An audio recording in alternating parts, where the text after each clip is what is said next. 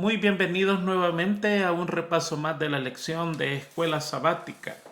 Estaremos estudiando en esta ocasión la lección número 2 que pertenece al último trimestre del año 2023. El título de esta lección es La misión de Dios en favor de nosotros, la segunda parte. Y el texto para esta semana, el texto de memoria, lo encontramos en el libro de Mateo, capítulo 28 y versículo 19, donde leemos de la siguiente manera. Por tanto, vayan a todas las naciones, hagan discípulos, bautizándolos en el nombre del Padre, del Hijo y del Espíritu Santo. Muy bien, quiero agradecer a todas las personas que me siguen llevando en oración por mi salud. No hay duda que día a día el Señor está mostrándome su amor, su voluntad de sanarme y siento que cada día mi cuerpo va mejorando. Así que le doy gracias a Dios. Espero dentro de unos días estar completamente repuesto para seguir haciendo esta obra que el Señor me ha encomendado, pero quiere que la haga bien en todos los aspectos de mi vida, especialmente en el cuidado de mi cuerpo. Así que he estado en ese proceso de cuidar mi cuerpo, ahora pidiendo ayuda profesional de hermanos de nuestra iglesia, la ayuda de Dios que es fundamental en todo esto y poniendo ya también de mi propia parte. Es muy interesante cómo el cuerpo reacciona a las buenas cosas que Dios nos ha dejado para que sobrevivamos en esta tierra. Así que muchísimas gracias, hermano. Este proceso sigue y va a llegar el día en que yo voy a poder dar el testimonio completo de mi salud total. Pero por el momento estamos muy bien avanzados y mucha esperanza. Muchas gracias a todos. La semana pasada yo dije algunas cosas que muchos se han estado preguntando a dónde están los comentarios del espíritu de profecía. El problema es, hermanos queridos, que muchos de esos comentarios están en inglés y penosamente no han sido traducidos al español. Eh, y otra cosa es que muchas veces hay que leer 7, 8, 9, 10 libros para sacar una verdad. Y es tan difícil volver a esos libros y sacar esos pedacitos y unir todos esos pedacitos para presentar una verdad. Así que ese es uno de los problemas. Pero hay una que los hermanos han preguntado un poco acerca de esto.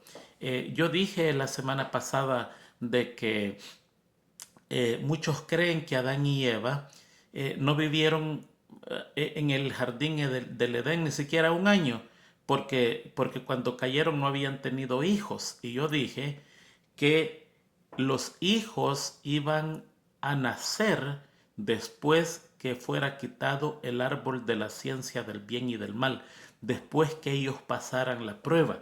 Entonces, ¿dónde está eso? En el espíritu de profecía, pero está en inglés, está en el comentario bíblico de Elena de White. La cita es 1, B de bueno, C de Carlos, 1082.4 o la carta 91 del año 1900. Ahí está. Y aquí lo tengo en inglés. Se lo voy a traducir en este preciso momento tal como está allí. Hay cierto un grupo de hermanos que entiende inglés, pero la mayoría de nuestros hermanos que estudian no entienden el inglés. Así que se lo voy a traducir leyendo textualmente qué es lo que esta cita dice. El título es Para repopular los cielos después de la prueba. Así se llama. Y dice así: Dios creó al hombre para su propia gloria, para que después del ensayo y de la prueba, la familia humana pudiera venir a ser una sola con la familia del cielo. Los ángeles que cayeron iban a ser reemplazados por la familia humana, pero eso después de que Adán y Eva hubieran pasado la prueba del árbol de la ciencia del bien y del mal. Dice, era el propósito de Dios de repopular los cielos con la familia humana si ellos se hubieran mostrado obediente a cada palabra de Dios.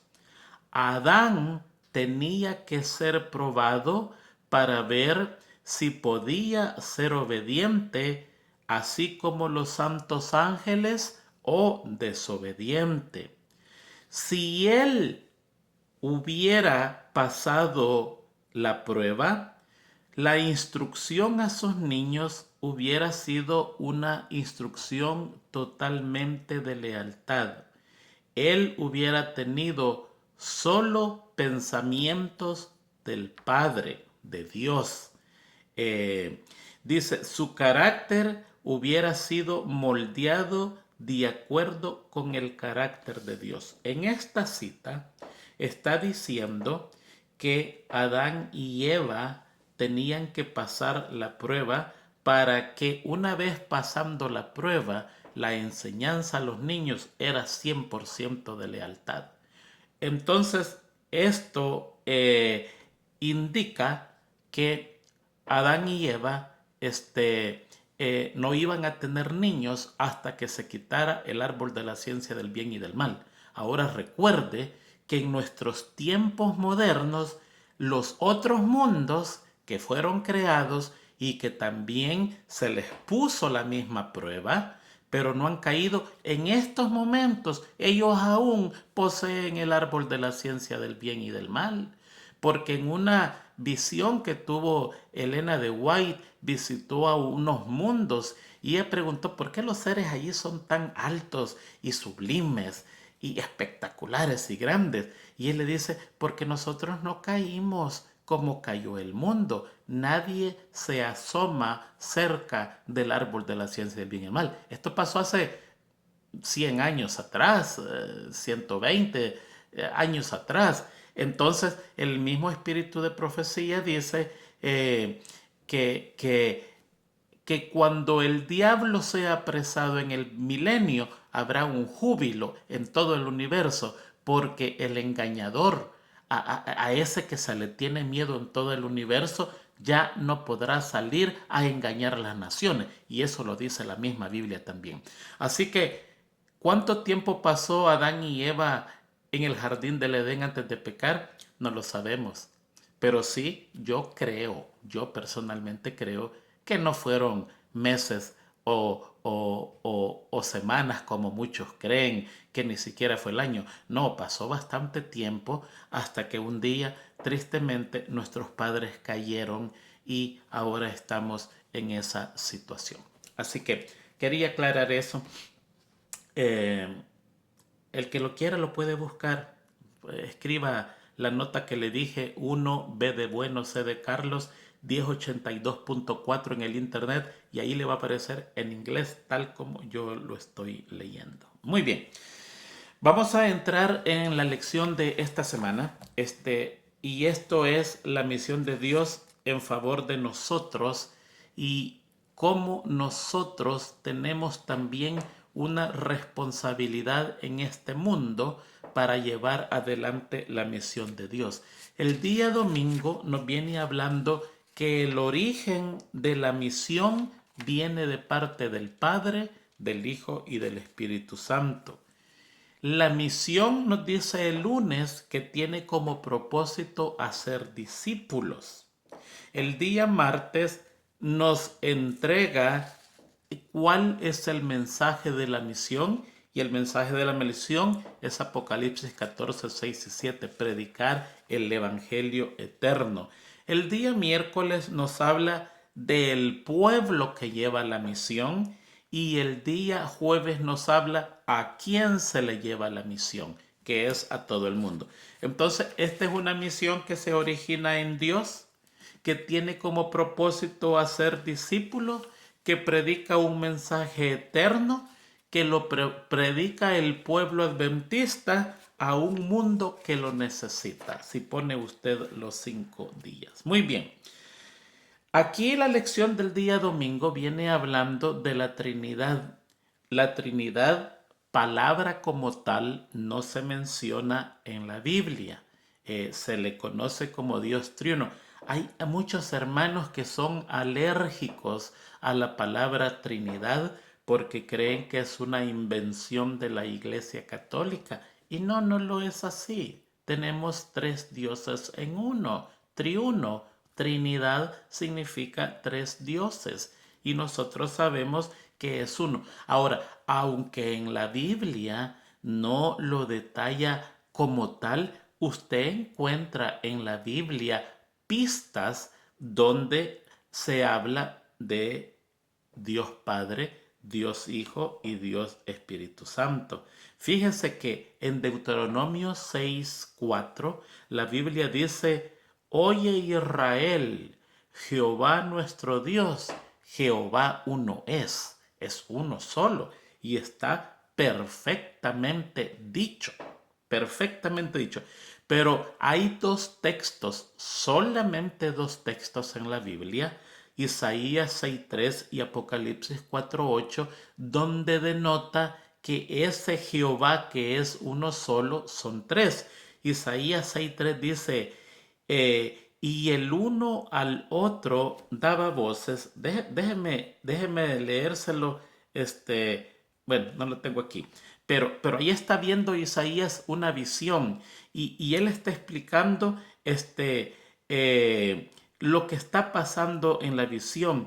Y dice, y el uno al otro daba voces diciendo, Santo, Santo, Santo. Ahí hay 3 santos. Santo el Padre, Santo el Hijo y Santo el Espíritu Santo. Jehová de los ejércitos, toda la tierra está llena de su gloria. Y los umbrales de la puerta se estremecieron con la voz que clamaba y la casa se llenó de humo. En Apocalipsis 4:8 usted encuentra la segunda expresión donde hay 3 veces santo. Dice, y los 4 seres vivientes, cada uno de ellos con 6 alas, estaban llenos de ojo alrededor y por dentro, y día y noche no cesaban de decir, Santo, Santo, Santo, es el Señor Dios, el Todopoderoso, el que era, el que es y el que ha de venir. Qué cosa más interesante.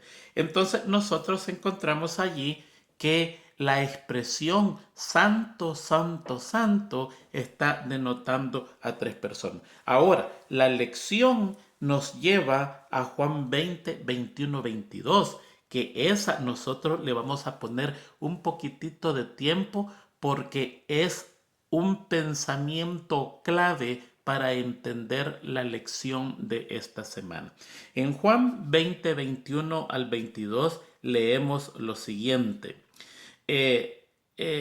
Déjeme leerle del 19 para que usted entienda qué es lo que está pasando. Cuando llegó la noche de aquel mismo día, el primero de la semana, está hablando del domingo de la resurrección de Cristo, cuando llegó la noche del día domingo, estando las puertas cerradas en el lugar donde los discípulos estaban reunidos por miedo de los judíos, vino Jesús y puesto en medio les dijo, paz a vosotros. Y cuando les hubo dicho esto, les mostró las manos y el costado. Y los discípulos se regocijaron viendo al Señor. Entonces les dijo otra vez, paz a vosotros. Como me envió el Padre, así también yo os envío. Y habiendo dicho esto, sopló y les dijo, recibid el Espíritu Santo. Ahí están las 3 personas de la Trinidad. El Padre, el Hijo que está hablando y el Espíritu Santo que están recibiendo. El Padre envió a Jesucristo.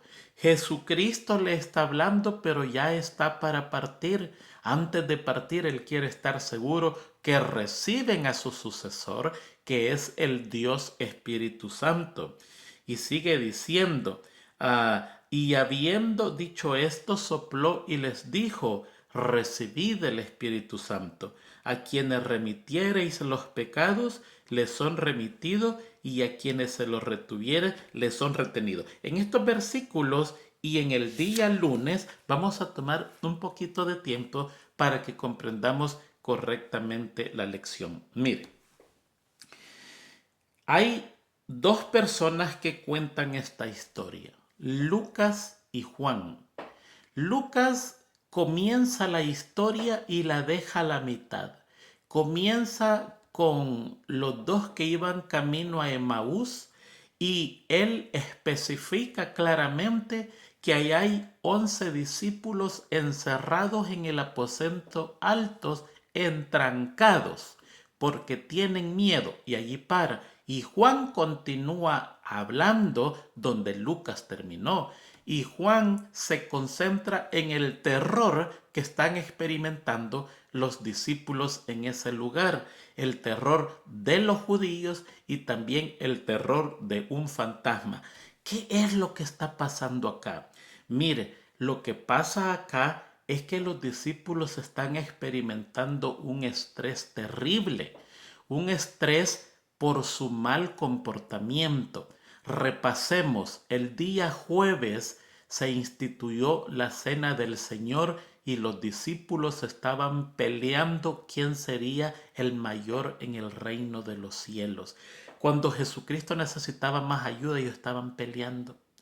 Cuando Jesucristo instituyó la Santa Cena, Él esperaba que uno de los discípulos tuviera la humildad de lavar los pies a los demás y ninguno de ellos quiso hacer eso. Jesucristo se ciñó y le lavó los pies a los 12 discípulos. Ahí estaba Judas todavía. Una vez tomaron la Santa Cena, que la Santa Cena ya irrumpía la Pascua. Ahí estaban celebrando la última Pascua y la primera Santa Cena instituida por Cristo. Una vez eso, Jesucristo anunció que entre ellos había un traidor y había anunciado que Pedro le iba a negar. Más tarde viene el arresto.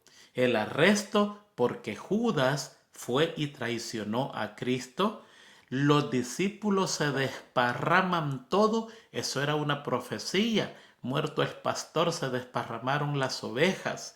Y allí Pedro comete el gran pecado de negarlo 3 veces. Y la tercera vez, para que le creyeran, habló palabras groseras contra Cristo. Esa noche los discípulos huyen, no están con Cristo, no pudieron orar con Él en el Getsemaní, tenían sueño. El viernes las mujeres que muchas veces se le tilda como el sexo miedoso eran las que estaban cerca de la cruz y los hombres que se cree que es el sexo fuerte estaban todos escondidos. Presenciaron la oscuridad de las 12 hasta las 3 de la tarde. Experimentaron el terremoto, supieron de la muerte de Cristo, supieron de su entierro y no fueron al entierro. Pasaron el sábado escondidos y el domingo en la mañana son despertados por un violento terremoto y la noticia de los soldados que Jesucristo había resucitado. No tenían internet para mandarse un texto por teléfono y decir nos reunimos en el aposento alto. No tenían nada de eso. Fueron llegando allí al aposento alto y los mataba la tristeza y el miedo. ¿Cuál miedo? Miedo de los judíos. Ellos podrían ser los próximos. Miedo de Jesucristo. Dicen que está vivo. María Magdalena ella lo vio. Dicen que está vivo. ¿A qué hora nos va a aparecer? No podían ir a buscar a Jesús, no sabían dónde estaba. Pero sí Jesús sabía dónde ellos estaban. Se reunieron allí con angustias.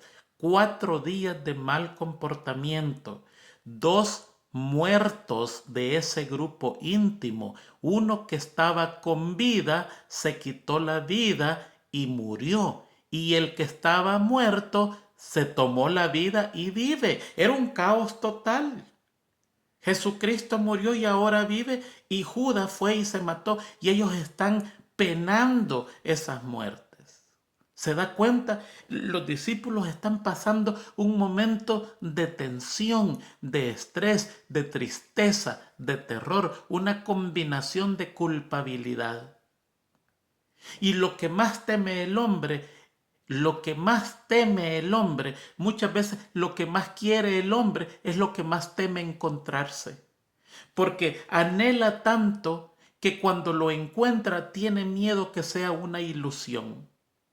Y ellos tenían miedo de encontrarse con Cristo. Y por eso es que el texto viene diciendo que Jesucristo se pone en medio de ellos.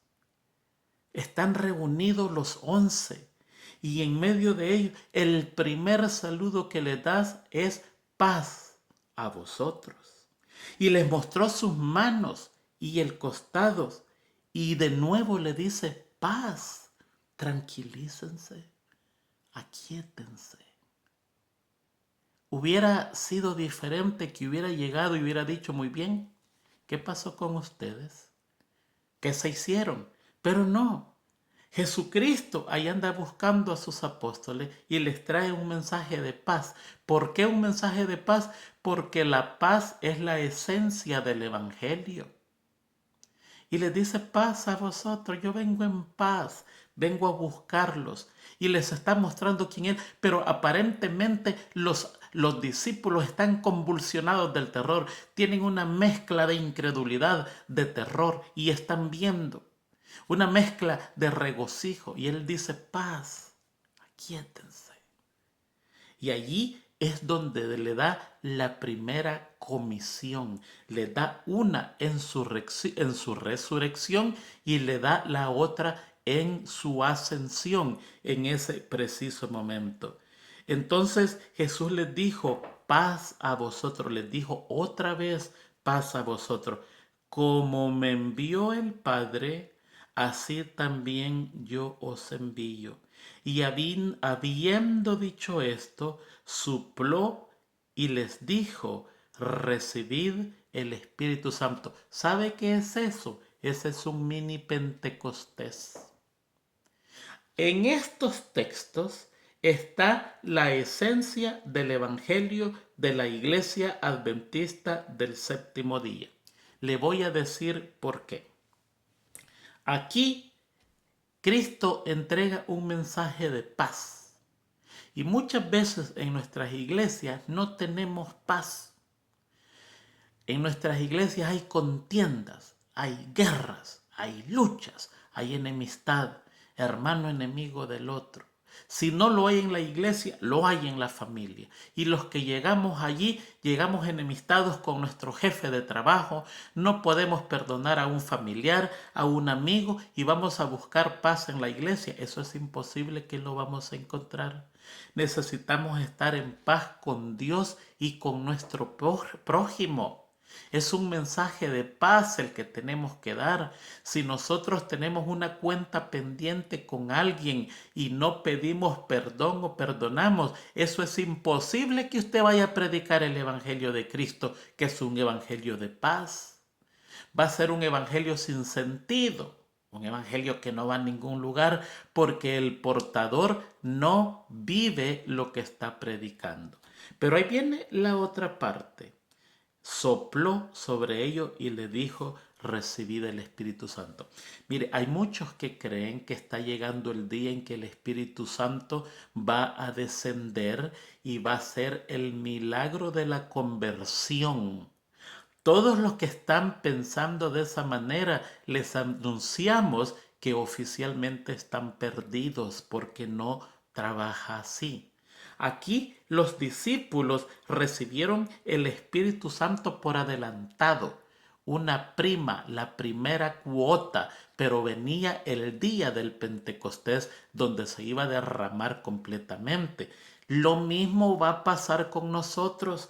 Todo aquel que en este momento no clame por el Espíritu Santo, no gima por el Espíritu Santo, no lo busque, no lo pida, no lo pida de corazón. Cuando venga, no va a entender lo que está pasando. Porque cuando venga, va a llenar de su espíritu aquellos que desde ahora nos estamos preparando. El espíritu de profecía, en una cita que no me acuerdo, dice que cuando nosotros pedimos la presencia del Espíritu Santo, se nos da dos cosas. Y esas dos cosas es humildad y mansedumbre. Porque mientras tengamos orgullo y seamos guerreros, es imposible que recibamos el Espíritu Santo. Entonces ahora algunos de nosotros estamos pidiendo el Espíritu Santo y se nos da el Espíritu Santo, pero el Espíritu Santo está vaciando el envase de todo el orgullo que tenemos y lo está llenando de humildad y mansedumbre para que cuando venga el día de la lluvia tardía, esta es la lluvia temprana de nosotros, prepararnos, gemir, llorar, pedir por el Espíritu Santo. Cuando venga la lluvia tardía, el recipiente está vacío y va a ser completamente lleno del Espíritu Santo. ¿Sí se da cuenta? De nada nos sirve que andemos preparando grandes campañas, que paguemos propaganda, que paguemos esto, que paguemos lo otro, que vayamos a anunciar cuando se olvida pedir en nosotros la presencia del Espíritu Santo. Aquí Jesucristo está preparando a esos 11 y les está diciendo, así como me envió el Padre, yo os envío. Pero ¿saben qué? Primero les voy a dar el Espíritu Santo, porque ustedes están convulsionados, tienen miedo, están con la conciencia culpable, están hechos añicos. Y yo quiero que ustedes tengan paz, porque yo ya les di mi paz, 2 veces se las he dado. Y allí reciben el Espíritu Santo y allí se vuelven unánimes en oración, ruego y ayuno hasta el momento que unos días más tarde el Espíritu Santo cae sobre ellos con toda su potencia. ¿Se da cuenta qué hermoso? El origen de la misión está en Dios el Padre, Dios el Hijo y Dios el Espíritu Santo. Con esto vamos a pasar al día lunes, que el día lunes es céntrico en esto. Hacer discípulos el centro de la misión, y esto nos lleva a Mateo 28, 16 al 20. Y esto es la ascensión de Cristo. Pero los 11 discípulos se fueron a Galilea, al monte donde Jesús les había ordenado, y cuando le vieron, le adoraron, pero algunos dudaban. 40 días y todavía algunos dudaban que era Jesucristo. Y Jesús se acercó y les habló diciendo, toda potestad me es dada en el cielo y en la tierra. Por tanto, id y haced discípulos a todas las naciones, bautizándolos en el nombre del Padre y del Hijo y del Espíritu Santo, enseñándoles que guarden todas las cosas que os he mandado. Y aquí yo estoy con vosotros todos los días hasta el fin del mundo. De estos 5 versículos pudiéramos disertar 4 horas. Pero aquí hay algo muy interesante que yo quiero compartir con ustedes. Fíjense, aquí Jesucristo dice, toda potestad. Algunas Biblias dicen todo poder. Otras Biblias dicen toda autoridad se me es dada. Cuando usted va a estudiar la palabra para poder o autoridad, usted encuentra que esa palabra en griego se llama o se dice exousia. E-X-O-U-S-I-A.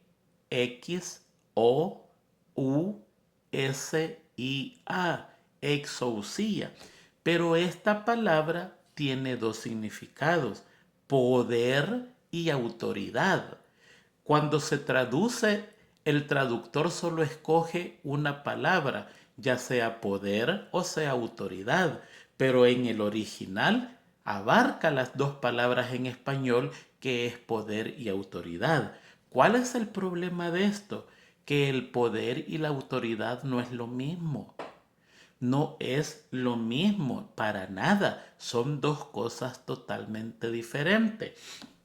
Hay personas que tienen autoridad, pero no tienen el poder para hacer determinadas cosas que ellos quieren hacer. Y hay personas que tienen el poder y hacen cosas sin ser autorizados. ¿Ve? Por ejemplo, aquí en este lugar yo tengo un pedazo de tierra. Yo quiero construir algo, yo tengo la autoridad para construirlo, pero no el poder. Yo tengo que ir al gobierno que me dé permiso que construya. Y si ellos creen que esa construcción está buena y no se va a ver fea o mala, entonces ellos me van a dar el permiso, mientras yo no puedo construir. ¿Ven? Yo tengo la autoridad, pero no tengo el poder. Ellos tienen el poder, pero no tienen la autoridad. Pero pasa muchas veces que detrás de mi casa va a pasar una calle y ellos necesitan la mitad de mi propiedad. Yo les digo, no, esta es mi casa, no quiero perder. Y ellos dicen, no, por aquí va a pasar la calle y por aquí va a pasar y se acaba todo el problema. Usaron ese poder sin la autoridad. ¿Se da cuenta? Pero Jesucristo tiene el poder y la autoridad.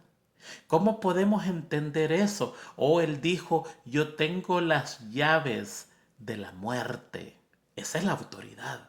Él tiene las llaves del sepulcro. Esa es autoridad.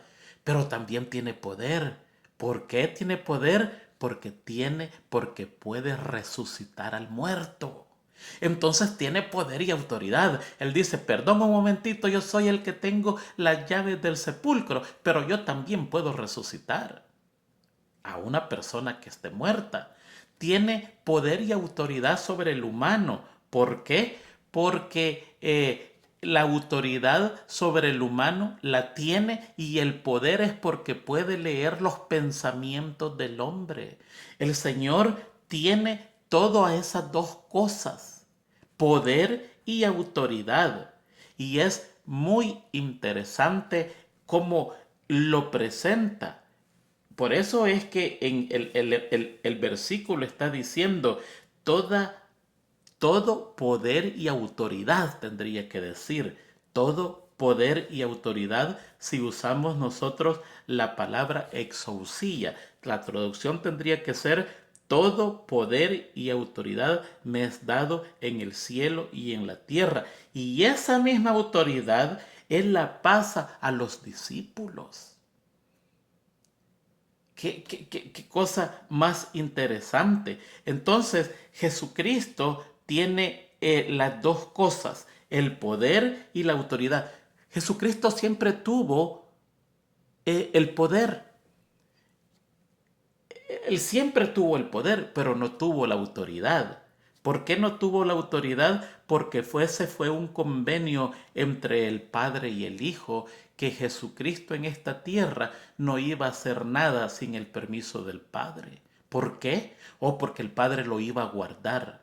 El Padre le decía en la mañana, dice el Espíritu de profecía, cuál era todo el itinerario que él tenía que conseguir. Fíjense que esto es un pedacito aquí, un pedacito allá. Cuando yo les hablo del espíritu de profecía y ustedes quieren cita, eso sería revolver, pasaría meses buscando esa cita. Antes de Jesucristo venir a la tierra, el Padre y el Hijo estudiaron día por día, minuto por minuto, segundo por segundo, los acontecimientos de Jesucristo en la tierra. Lo vieron, supieron completamente eso. Pero cuando Jesucristo vino a esta tierra, Él nació con, con un total olvido de eso.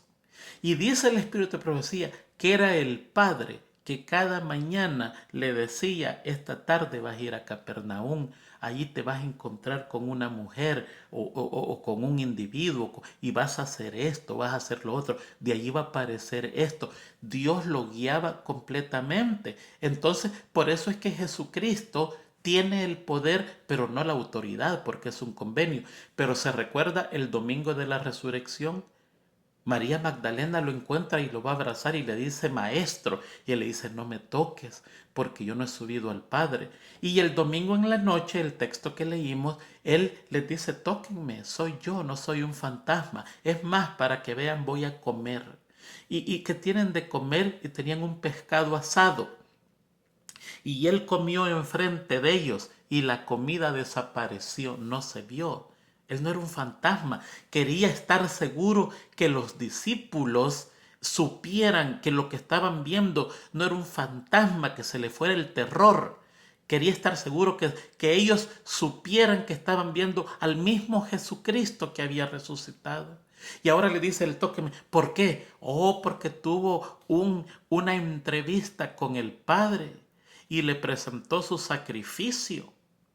Le presentó y el Padre tenía que aprobar y glorificarlo con la gloria que tuvo antes de que el mundo fuera creado. Antes no tenía la autoridad porque estaba en su cuerpo humano. Tenía el poder, pero toda la autoridad dependía del Padre. Pero ahora que ha resucitado, que murió y resucitó, va donde el Padre y el Padre lo inviste de autoridad. A él adórenle todo, dijo el Padre. Y ahora él vuelve y dice, toda autoridad me ha sido dada. Poder yo siempre tuve. Por eso resucité muertos. Pero eso que hice, lo hice con el permiso del Padre. Pero ahora el Padre me ha glorificado como yo antes era. Y ahora tengo poder y autoridad. Y ese poder y autoridad yo lo transmito a ustedes. Y por eso es que le dicen, por tanto, id y haced discípulos a todas las naciones, bautizándolos en el nombre del Padre, del Hijo y del Espíritu Santo, y enseñándoles que guarden todas las cosas. Estos dos textos se prestan para algunas religiones bautizar niños tiernos, porque dicen, aquí el proceso es ir y bautizarlos y después enseñarles. Muy interesante, y sí, así está escrito, porque ahí dice, bautizarlos en el nombre del Padre, del Hijo y del Espíritu Santo, enseñándoles que guarden todas las cosas que os he mandado. Para el bautismo usted necesita el uso de la razón. El bautismo es para el perdón de los pecados. Y una criatura a esa edad recién nacida no tiene conciencia de lo que está haciendo y no tiene un pecado acumulado. Es un bebé. Y el bautismo es para eso. Ahora, lo que tenemos que entender es que no hay un patrón de comportamiento. Muchas veces aparecen personas que desean ser bautizadas inmediatamente y yo me he encontrado con casos. Una vez estábamos en un río y apareció una hermana con aritos y collares y todo eso y dijo, pastor, yo me quiero bautizar.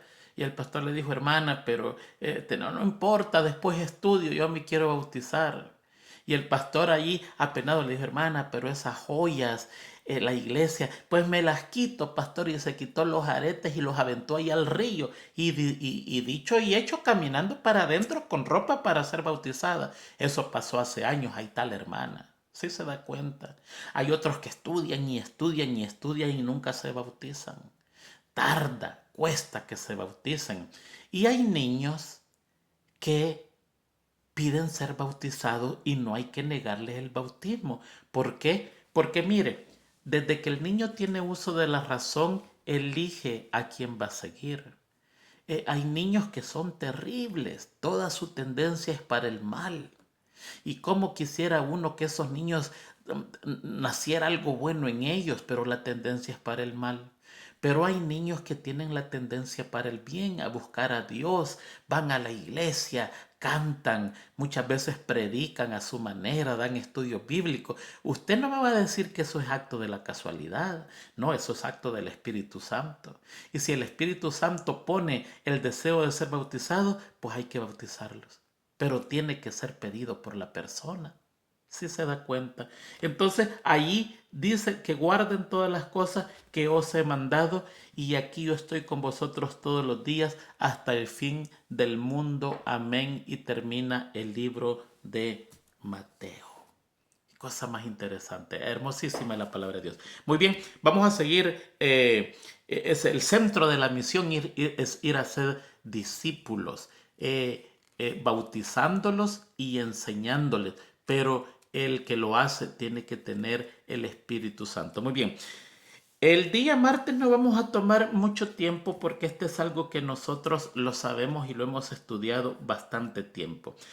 ¿Cuál es el mensaje de la misión? Predicar el Evangelio eterno. Y eso lo encontramos en Apocalipsis 14, 6 y 7. Vi volar por en medio del cielo a otro ángel que tenía el Evangelio eterno para predicarlo a los moradores de la tierra, a toda nación, tribu y lengua y pueblo. ¿Qué es ese Evangelio eterno? Diciendo a grande voz, temed a Dios y dadle gloria, porque la hora de su juicio ha llegado, y adorad a aquel que hizo el cielo, la tierra, el mar y las fuentes de las aguas. ¿Cuál es el Evangelio eterno que tenemos que predicar? Que el mundo está siendo enjuiciado, que nos vamos a presentar ante el tribunal celestial cuando menos pensemos, cuando menos lo esperemos, creamos o no creamos, querramos o no querramos, pero vamos a ser presentados.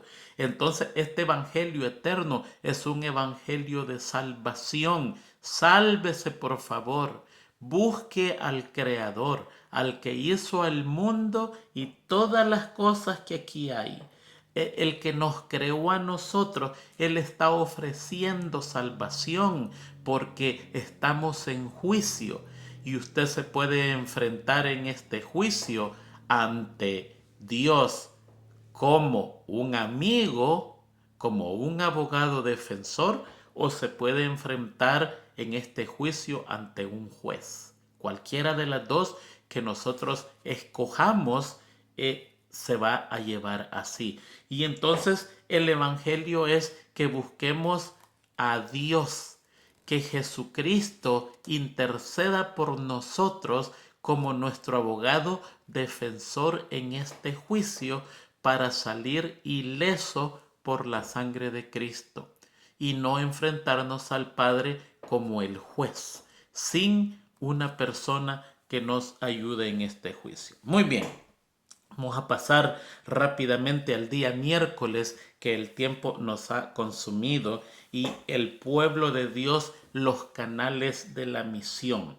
Aquí tenemos un problema bien interesante. En Génesis 2, 12 del 1 al 3, usted encuentra el llamado que Jesús, que Jehová, que el Padre le hace a Abraham. Vete de tu tierra y de tu parentela y de la casa de tus padres a la tierra que te mostraré, y haré de ti una nación grande y te bendeciré y engrandeceré tu nombre y serás bendición. Bendeciré a los que te bendijeren y a los que te maldijeren maldeciré, y serán benditas en ti todas las familias de la tierra, porque de Abraham iba a nacer Jesucristo, y en Jesucristo somos benditas todas las familias de la tierra. Esto lo encontramos también en Deuteronomio 7:6. Dice, porque tú eres un pueblo santo para Jehová tu Dios. Jehová tu Dios te ha escogido para hacerle un pueblo especial más que todos los pueblos que están sobre la tierra. Ese mismo título se nos pasa a nosotros los de los últimos días, que por este momento nos llamamos la Iglesia Adventista del Séptimo Día. Tenemos una verdad que predicar que nadie la tiene.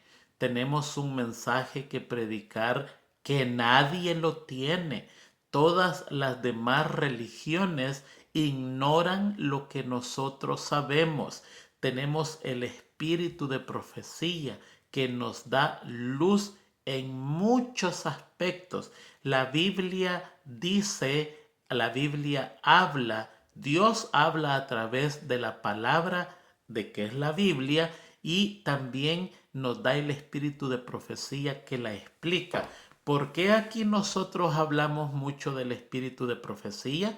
Porque en la Biblia encuentra uno o dos versículos del tema, mientras que el espíritu de profecía se expande grandemente y esos dos versículos se hace una tremenda explicación. Para ejemplo suyo, El conflicto de los siglos es el libro que explica un capítulo de la Biblia que es Mateo 24.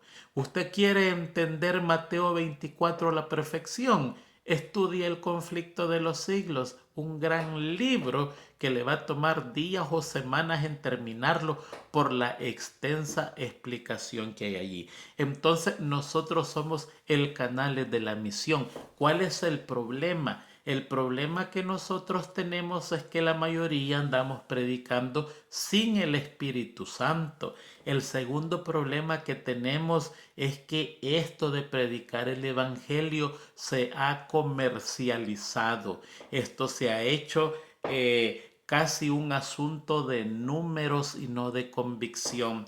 Es triste cuando al principio del año las iglesias se ponen blancos de bautismo y hay que bautizar. No importa cómo sea, pero nosotros tenemos que alcanzar el blanco. El blanco son 100 personas y hay que bautizarlo. Sepa o no sepa, entienda o no entienda, con solo que se bautice, los bautizamos. Nosotros los laicos somos culpables de esto y muchas veces somos los impulsores de esto. ¿Es malo eso? Sí, hasta cierto punto, porque la orden de nosotros es predicar el Evangelio y quien hace la convicción, quien hace la transformación es el Espíritu Santo y Él sabe cuando una persona está lista para renacer de nuevo, no nosotros.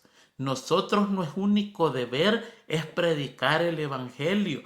Predique a tiempo y fuera de tiempo y deje que el Espíritu Santo haga la obra cuando esta persona esté lista para renacer en Jesucristo.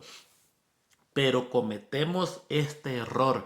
Millones son bautizados y millones se van por la puerta de atrás porque no estamos enfrascados en predicar el evangelio, sino en mojar gente.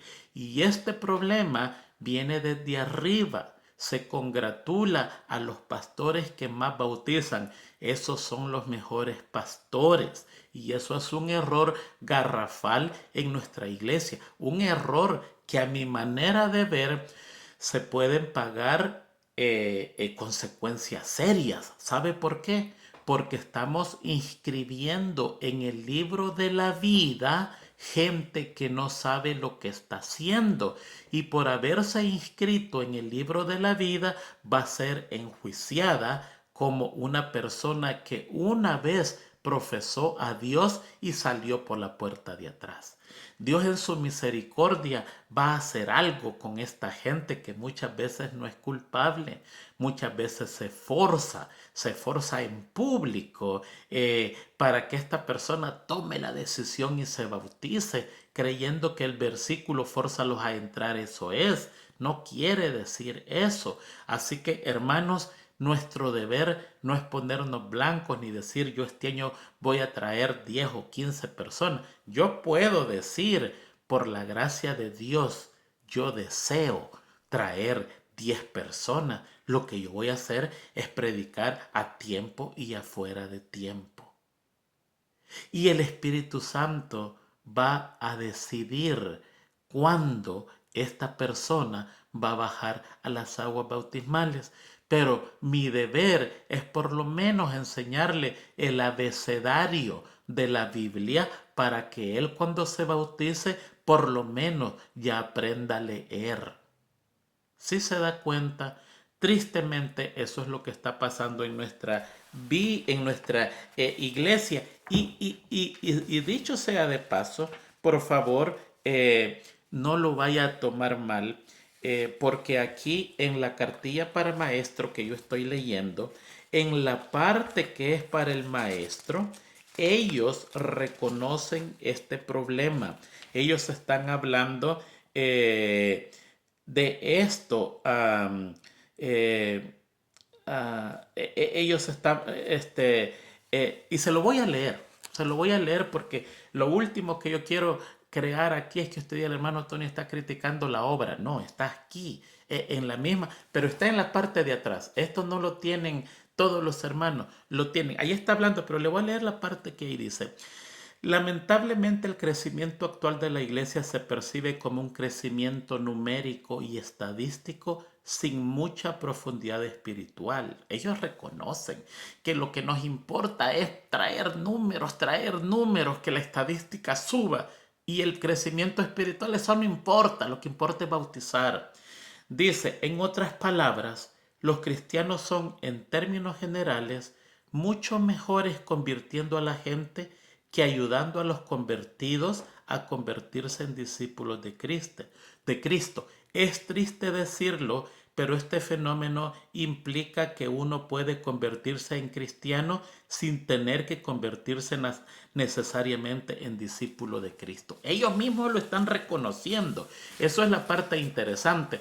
Lo que tenemos que hacer es dar el paso siguiente. Entonces que se deje de exigir blancos. No pueden haber blancos porque el crecimiento, el escalamiento de un ministro está basado en cuán bueno es para bautizar. ¿Sí se da cuenta? Ellos lo reconocen, pues que paren eso. Que un ministro suba de posición por su espiritualidad, por su conocimiento teológico, por su entrega a la iglesia y no por un número. Y nosotros los gentiles, nosotros los laicos, sencillamente nos dejamos llevar por esto y caemos en un error también como ellos de mojar las personas sin prepararlas espiritualmente. Tenemos problemas. El canal de la misión, que es el pueblo de Dios, no tiene enfocado lo que tiene que hacer. Nuestro enfoque es ir por todo el mundo y predicar el evangelio a toda criatura, lengua, pueblo y nación, enseñándole las cosas que yo les he enseñado. Nosotros a todo bautizado tenemos que apadrinarlo y ponerle una persona que le dé seguimiento y que no lo deje ir de la iglesia y que siga los estudios bíblicos. Muchas veces no se le dan ni los estudios bíblicos. Yo me acuerdo cuando era un niño e iban a bautizar a una persona. El pastor llegaba y cuestionaba al que le había dado los estudios y al que había recibido los estudios. Y al que le había recibido los estudios lo intimidaba para que no se bautizara. No así de esa manera, pero le hacía saber que era serio lo que iba a hacer, que si estaba seguro que el paso que iba a dar. Y las personas decían, esta cosa es seria. Y sí decía, y es más, le hacía algunas preguntas bíblicas para ver si tenía por lo menos una base. Y la persona contestaba y la junta lo aprobaba. Era un proceso. Y mire, la mayoría de esas personas ahí están en la iglesia.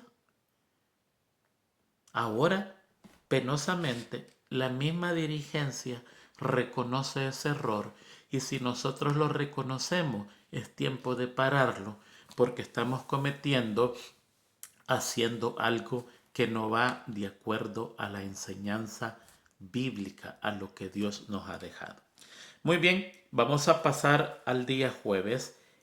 la arena de la misión es en todo el mundo. Y eso lo encontramos en Apocalipsis 7, 9 y 10, donde dice: después de esto miré, y aquí una gran multitud, la cual nadie podía contar, de todas las naciones y tribus y pueblos y lenguas, que estaban delante del trono y en la presencia del Cordero, vestidos de ropas blancas y con palmas en las manos, y clamaban a gran voz diciendo: la salvación pertenece a nuestro Dios, que está sentado en el trono, y al Cordero. Mire aquí, de entre los salvados, encuentra usted gente de todas las naciones, gente de todos los tribus, gente de todos los pueblos y de todas las lenguas. O sea, que en el cielo vamos a continuar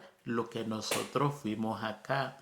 Hay muchos que creen que en el cielo todos vamos a ser blanquitos, rubios, ojos azules, porque esa es la creencia que tenemos, que así son los ángeles.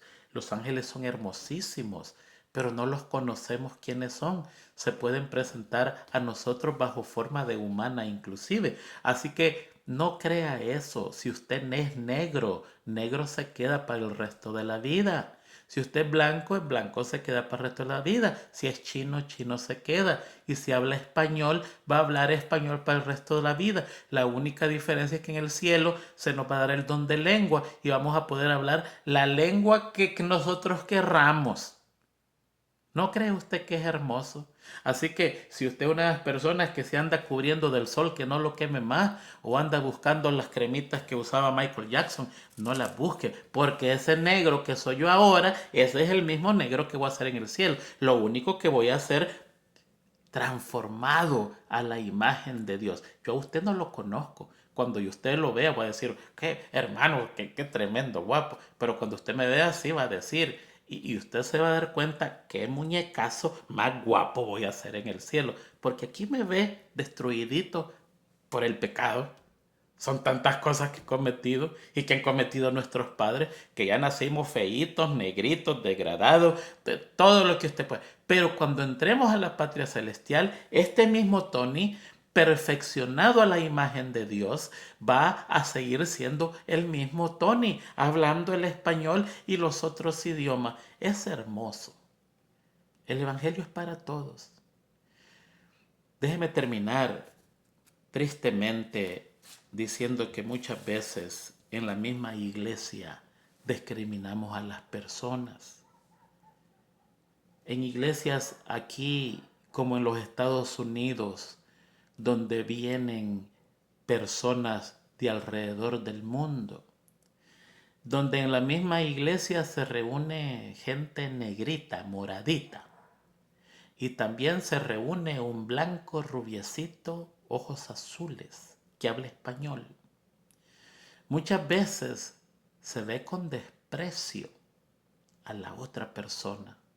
Muchas veces se hace en grupo y dice: no, yo me junto con estos porque estos son los de mi país, somos gente diferentes, con ellos yo no me meto. Y muchas veces la misma gente se reúne para discriminar a otro tipo de gente por cualquier razón, por su apariencia, por su color, por su nacionalidad. Yo he visto blancos reunidos contra negros y he visto negros reunidos contra blancos. Es que ese no es un problema de color, es un problema del corazón. Es orgullo en el corazón.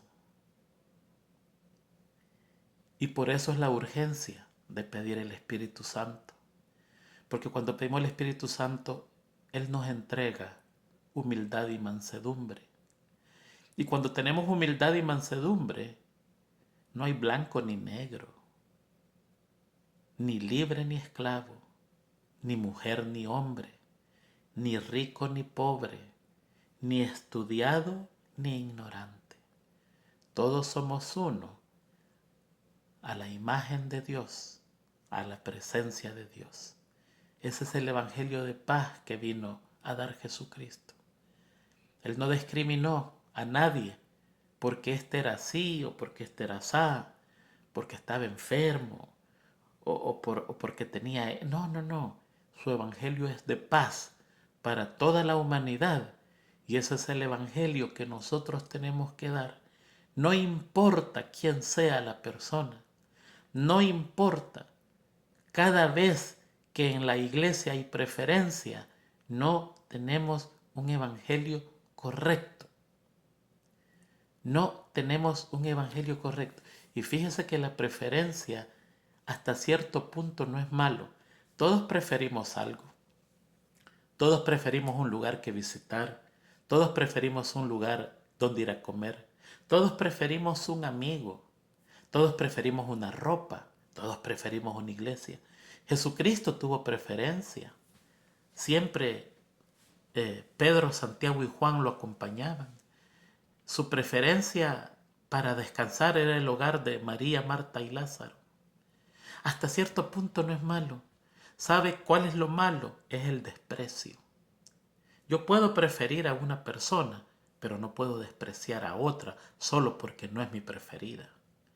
Con esa misma preferencia, yo puedo tratar a todas las personas por igual, dedicarles el mismo tiempo, el mismo cariño, el mismo aprecio. Y ese es el evangelio de paz, un evangelio de equidad, un evangelio equilibrado que acepta a toda la persona no por lo que es o por lo que tiene, sino por lo que puede llegar a ser a los pies de la cruz. Que Dios les bendiga, que Dios les guarde. Feliz semana a todos. Nos vamos a ver Dios mediante la otra semana. Espero con la ayuda de Dios más recuperadito, más contento, más delgado, con más salud. Estoy haciendo mi parte y el Señor hará la de Él. Y espero que ustedes también hagan su parte para que Dios derrame bendiciones sobre ustedes y sobre cada uno de nosotros. Feliz semana a todos.